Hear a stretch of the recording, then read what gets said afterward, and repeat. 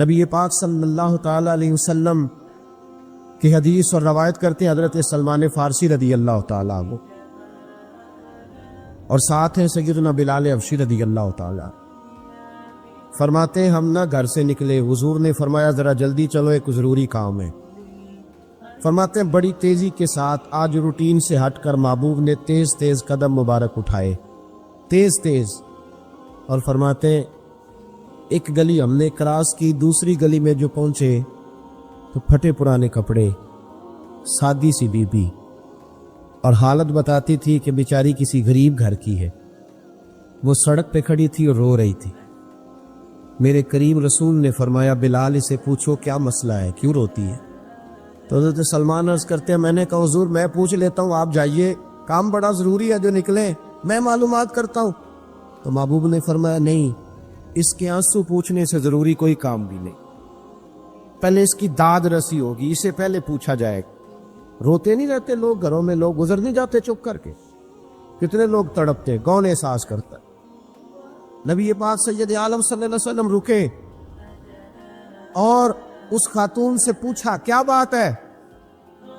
اس نے کہا کہ بات کوئی بھی نہیں، میرا ایک ہی موٹا سا مسئلہ ہے۔ کہا وہ کیا؟ کہنے لگی میں غریب ہوں، اور غریبی بذات خود بہت بڑا گناہ ہوتی، لوگ بڑا جرم سمجھتے ہیں اس کو بذات خود۔ میں نے شروع میں کہا نا کہ مذہبی سٹیج کی بھی صدارت غریب آدمی نہیں کر سکتا، کیونکہ غریب جو ہوا جد کول دتھی ہونی انہیں نیڑے بیٹھا ہے نا جی، جد کول نہیں انہیں تو پیچھے جا کے بیٹھا ہے، اینڈ پہ اس کو کہنا دتھی ہے۔ اس سٹیج پہ بھی غریب آدمی کی صدارت نہیں ممکن ہو ہی نہیں سکتا۔ میرے رسول پاک سید عالم صلی اللہ تعالی علیہ وآلہ وسلم نے فرمایا پہلے اسے پوچھو کیا مسئلہ ہے۔ وہ کہنے لگی میں غریب ہوں، بوڑھی ہو گئی ہوں، ساری زندگی غلامی میں گزاری ہے، تیل لینے آئی تھی 5 دینار کا، بوتل میں تیل بھروایا ہے، اور اب بوڑھی ہوں نا تو کمر درد کرتی ہے، پیر پیچھے موڑا ہے تو میں گری ہوں، تیل زمین پی گئی ہے، اب زمین تو واپس نہیں کرتی، لیکن واپس جاؤں گی تو ایک یہودی عورت کی ملازمہ ہوں، وہ درے سے مارے گی، کھال ادھیڑ دے گی، میں بڑی پریشان ہوں، اب نہیں مار کھائی جاتی، ہڈیاں بوڑھی ہیں، قربان جاؤں۔ حضرت بلال کو حضور نے حکم دیا، فرمایا دوڑ کے گھر جا 5 دینار لا۔ فرماتے 5 دینار لائے، تیل خرید کے دیا، وہ پھر رونے لگی۔ فرمایا آپ کیوں روتی ہے؟ اس نے کہا بتایا نا غریب ہوں، غریب کا جرم کوئی نہیں ہوتا، لیکن پیس دیا جاتا ہے، پھر بھی مار تو اب بھی پڑے گی، اب کیوں پڑے گی؟ اور اس کرنے لگی محبوبہ مار اس لیے پڑے گی کہ دیر سے کیوں آئی ہے۔ تو میرے کریم رسول اور وہ بی بی حضور ابھی آئے ہیں مدینہ طیبہ، امام یوسف صالحی فرماتے ابھی آئے تھے حضور، سبل الہدی والرشاد کے مصنف کہتے ابھی آئے تھے نبی پاک، وہ جانتی بھی نہیں تھی۔ تو سید عالم صلی اللہ تعالی علیہ وسلم نے فرمایا اچھا مار پڑے گی؟ کہا ہاں۔ او بھائی کونسلر جو کل آپ کو کہہ رہا تھا نا میں آپ کا خادم ہوں، کونسلر بے گناہ، بلکہ ہمارے SHO صاحب اگر چودھری پہ پرچہ آ جائے تو اس کو ٹیلی فون کر کے پوچھتے ہیں صاحب جی تہاڈے خلاف درخواست آئی ہے، کی کرنا ہے؟ تو غریب آدمی بیچارہ، اس کی غلطی یہ تھی کہ وہ غریب تھا تو اس نے ریڑھی لگا لی چوک میں، اس کو دبوچ کے لے گئے، تینوں پتہ نہیں اتنے نہیں کھلوئی دا، اس کے پاس کل انویسٹمنٹ ہی 5000 تھی، سارا لے گئے۔ پھر وہ کونسلر صاحب کے پاس چلا گیا، سر میرے نال چلے آدھے ذرا میں تھانے جانا، انہوں نے کہا گڈی کرائی آ، پیسے ہیں نہیں ایویں تھانے جائیدا ہے۔ اب وہ گاڑی لایا ہے، پتہ نہیں کہاں سے لایا ہے، تھانے پہنچا ہے، اور یہ ہے ہمارا حال کہ وہ SHO بھی بیٹھا ہے کرسی پہ اور کونسلر بھی کرسی پہ بیٹھا ہے، اور وہ غریب پیروں میں بیٹھا ہے اور ہاتھ باندھ کے کہہ رہا میری ریڑھی دے چھڈو، میری 4 دھیاں نے تو میں شامی کھانا کھڑنا۔ کدھر گیا امت کا وہ ذوق؟ ساری زندگی نعتیں سننے والوں بتاؤ تو صحیح، نعت نے تاثیر کیا دی ہے روح؟ اگر ابھی بھی گھاڑی غریب کے پاس کھڑی نہیں ہوتی تو پھر کیا اثر ہوا ساری زندگی نعت سننے کا؟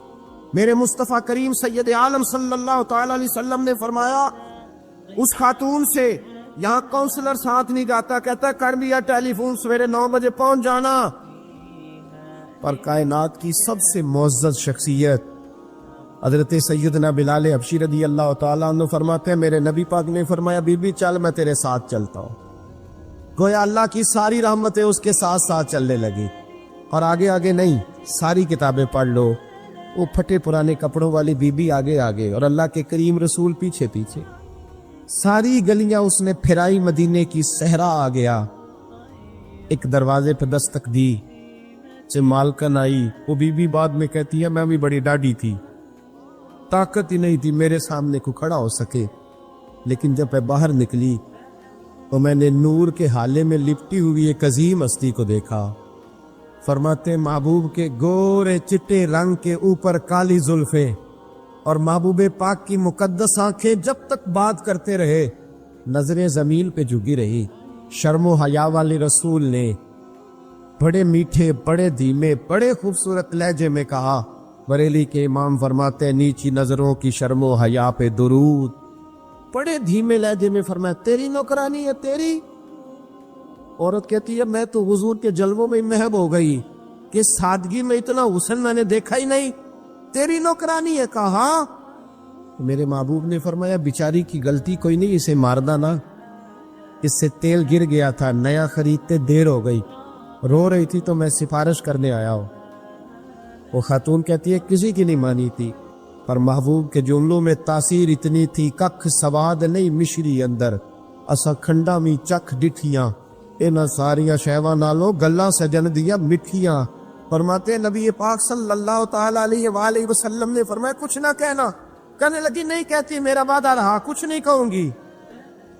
اب میرے حبیب نے پھر نظر اٹھائی اور اس غریبنی کی طرف دیکھا اور فرمایا تو اگر کہے تو میں جاؤں، تو اگر کہے تو میں خود بھیک دے، خود ہی کہے منگتے کا بھلا ہو، تو اگر کہے تو میں جاؤں. اس نے خراج پیش کیا تو چند آنسو گرائے. کہنے لگی محبوبہ جیسے بندہ نوازی. حضور نے رخ پھیرا. حضرت بلال کہتے میں پیچھے رہ گیا. میں پیچھے رہ گیا تو وہ دونوں بیویاں دوڑ کے میرے پاس آئی. کہنے لگی بتا تو صحیح ہے کون، یہ بتا تو صحیح کون تھے. تو حضرت بلال کہنے لگی تم نہیں جانتے. جناب بلال فرمانے لگے یہی تو ہیں جنہیں اللہ نے سچا رسول بنا کے بھیجا ہے. بیبیاں دوڑ کے آئی. کہنے لگی محبوبہ دروازے تک آئے ہو تو خالی تو نہ لوٹاؤ، مہربانی فرماؤ ہمیں بھی کلمہ پڑھا دو. ایک واقعہ سناتا ہوں خواجہ معین الدین اجمیری کا. عطائے رسول ہند الولی حضرت خواجہ معین الدین اجمیری رحمت اللہ تعالی علیہ، میرے حضرت صاحب فرمایا کرتے ہیں ہم کٹر قادری ہیں، پر ہم کھل کے یہ بات مانتے ہیں کہ ہندوستان کے بادشاہ کا نام معین الدین اجمیری ہے. یہ ببانگے دھول مانتے ہیں. بہرحال ہند الولی حضرت خواجہ ہے اجمیری ہے. خواجہ اجمیری جب نئے نئے آئے نا یہاں اجمیر شریف میں، آپ نے خیمہ لگایا تھا، کپڑے کا خیمہ لگا کے اس میں رہتے تھے. تو ایک نوجوان تھا وہ باہر رہتا تھا اجمیر سے، تو وہ آیا کچھ دنوں کے لیے، پڑھائی سے فارغ ہو کے، اجمیر کا رہنے والا تھا لیکن باہر رہتا تھا. جب یہاں آیا نا وہ عصر کے بعد وہ گزرتا خواجہ اجمیری کے خیمے کے سامنے سے، جھونپڑی کے سامنے سے، تو خواجہ صاحب عصر کے بعد بیٹھ کے رویا کرتے تھے. عاشق دا کام نہیں رونا تونا، بنا رویو نہیں منظوری، اے عاشق سدا ہی روندا رہندا پاویں وصل ہوئے تے پاواں دوری. رویا کرتے. تو نوجوان بڑا سادہ سا تھا، بچپن میں والد فوت ہو گئے، صرف ماں ہی ماں تھی. ایک دن اماں سے جا کے کہنے لگا یہ مسلمانوں کا سادھو روتا کیوں ہے؟ اماں کہنے لگی مجھے کیا پتا. بچہ کہتا میرے اندر تجسس بڑھ گیا کہ بابے سے پوچھوں تو صحیح کیوں روتا. 2 4 5 10 دفعہ میں گزرا. ایک دن بے چین ہو کے میں کمرے میں چلا گیا اجرے میں. تو میں نے کہا بابا کیوں روتے ہو؟ کہنے لگے مجھے اپنے شیخ کی یاد آتی، مجھے یاد آتی.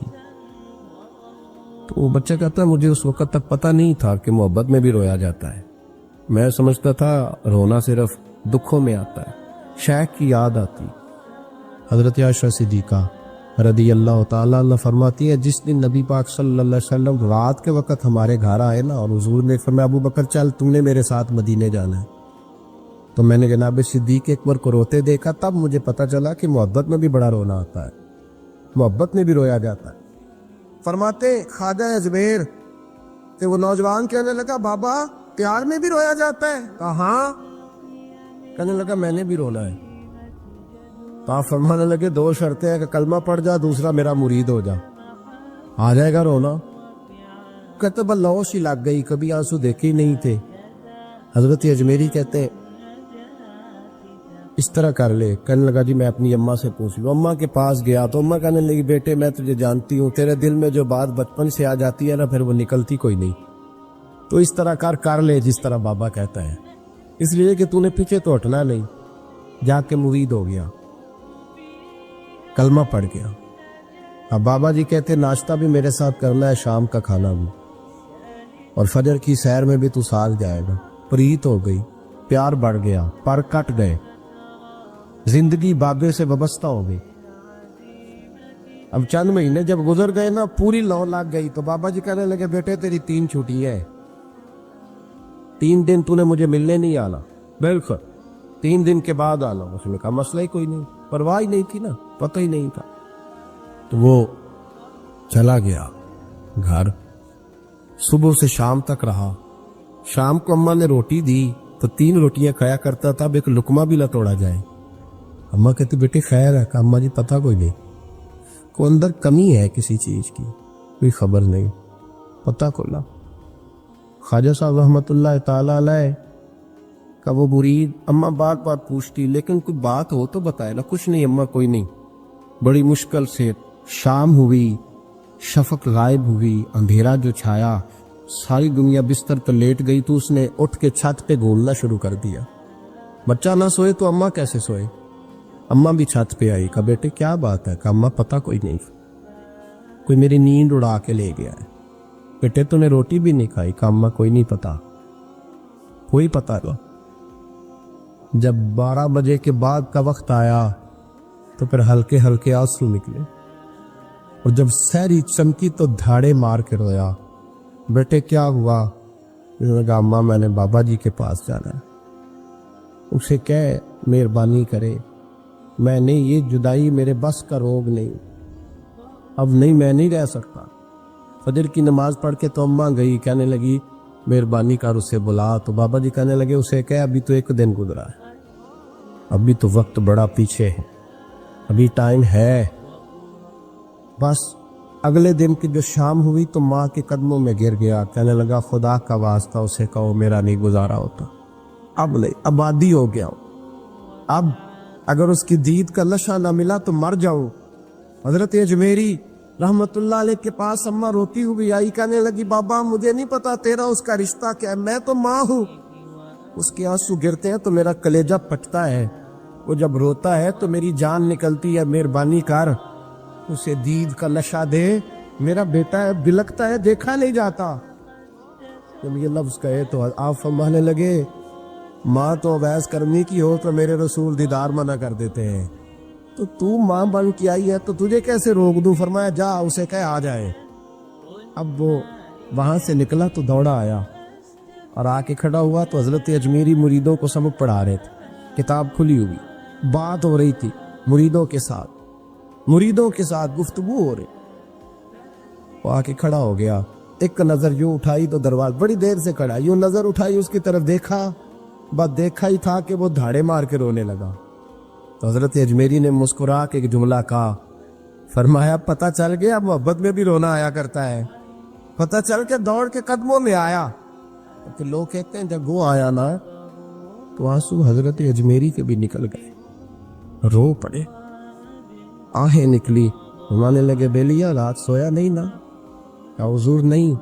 فرمایا میں بھی نہیں سویا. تو اگر بیدار تھا تو کل شام روٹی نہیں نہ کھائی. حضور نہیں کھائی. فرمایا میں نے بھی کوئی نہیں کھائی. یہ محبت 2 طرفہ ہوتی ہے, یک طرفہ تھوڑی ہوتی. اگر تو نے نہیں کھائی تو میں نے کب کھائی. میرے بھائی ہمارے مشائخ نے محبت کی زنجیروں میں باندھا مریدوں, وہ بند کا گزارے ہی نہیں ہوتے تھے, وقت ہی نہیں گزرتا, صبح اور شام میں وابستہ رہتی تھی, کوئی پابندی نہیں تھی ان پر, ان کی طرف سے کوئی جبر نہیں تھا. لیکن یہ غنگ, یہ انداز, یہ ڈھنگ, پھر جو شیخ کی یاد میں رونا سیکھ جاتا تھا نا اس کے لیے مدینے کی یاد میں رونا آسان ہو جاتا. اعلیٰ حضرت نے کتاب لکھی ہے الامن والعلا, اس میں آپ فرماتے ہیں جو حضور کی پناہ میں آ جاتا ہے نا وہ بچ جاتا ہے. اللہ کرے آپ کو سمجھ آئے میری بات کی. جو حضور کی پناہ میں آ جاتا ہے وہ, جو دنیا دار رہتا ہے, مالدار رہتا ہے, حضور کی پناہ میں نہیں آتا وہ بے سکون رہتا ہے. فرماتے یہاں دنیا میں بھی حضور کی پناہ میں آ جاؤ, آج لے ان کی پناہ. اور آج دلیل آپ نے ابن ماجہ کی حدیث لکھی ہے, حضرت تمیم داری حدیث کے راوی ہیں, اعلیٰ حضرت نے لکھی ہے. فرماتے ہیں جو حضور کی پناہ میں آیا بچ گیا. دلیل دیتے ہیں, فرمایا انسان تو انسان, جانور بھی آتے تھے تو بچ جاتے. حضرت تمیم داری رضی اللہ تعالیٰ عنہ فرماتے ہیں کہ ہم کھڑے تھے, ایک اونٹ دوڑتا ہوا آیا. نبی کریم صلی اللہ علیہ وسلم کے پہلے اس نے قدموں پہ سجدے کیے. صحابہ کہنے لگے حضور ہمیں بھی اجازت دیں. فرمایا وہ تو بے زبان ہے, اسے تو پتہ کوئی نہیں, پیش نظر ہے وہ نو بہار, سجدے کو دل ہے بے قرار, روکیے سر کو روکیے یہی تو امتحان ہے. فرمایا اسے کیا پتا, تم تو مکلف ہو شریعت کے, تمہیں اجازت نہیں ہے. اور اعلیٰ حضرت نے 2 ٹوک لکھا ہے, فرمایا سوائے خدا کے کسی کو تعظیمی سجدہ بھی حرام ہے. یہ نوٹ کر لیں میری بات. اور اعلیٰ حضرت نے فتاوی رضویہ میں لکھا ہے کسی قبر پہ جاؤ تو 4 ہاتھ دور کھڑے رہو. اللہ کرے آپ کو سمجھ آئے. کتنے ہاتھ؟ 4 ہاتھ دور کھڑے رہو, سورۃ فاتحہ پڑھو, درود شریف پڑھو, جس قبر پہ گئے ہو ان کی روح کو اصال ثواب کر, ان کے وسیلے سے دعا مانگو. اعلیٰ حضرت فرماتے ہیں قبر کو سجدہ بالاتفاق حرام ہے, طواف قبر کا کرنا بالاتفاق حرام ہے. بوسہ لینے میں اختلاف ہے کہ جائز ہے کہ ناجائز ہے, لیکن بوسے سے بھی چونکہ شک پڑتا ہے تو فرماتے ہیں احمد رضا کی رائے یہ ہے کہ بوسہ لینے سے بھی بچا جائے. وہ آ گیا تو اس سے اگلی باتیں کرتا ہے, بس خاموش رہ, باادب رہ اور پیچھے رہ. تو حضرت تمیم داری کہتے ہیں یہ حدیث اعلیٰ حضرت نے لکھی ہے لمن والعلا میں. فرماتے ہیں کہ اونٹ نے پہلے سجدہ کیا, قدم چومے, پھر اس نے حضور کے کان میں کوئی بات کہی.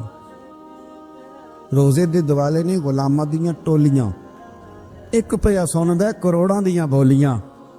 یعنی اونٹ نے بات کی تو حضور نے وہ بھی سن لی. اعلیٰ حضرت کہتے ہیں جو پناہ میں آتا ہے بچ جاتا ہے. کہتے ہیں رسول کریم نے نا اونٹ کی پشت پہ ہاتھ پھیرا اور اللہ کے محبوب فرمانے لگے فکر نہ کر, اب تو آ گیا ہے نا, تو جیسے تو کہے گا ویسے ہی ہو جائے گا, جیسے تو کہے گا ویسے ہی. ابن ماجہ میں موجود ہے, پر میں چونکہ فاضل بریلوی رحمۃ اللہ علیہ کی کتاب سے پیش کر رہا ہوں الامن والعلا سے, تو میں اسی انداز میں پیش کر رہا ہوں جس انداز میں وہاں ہے.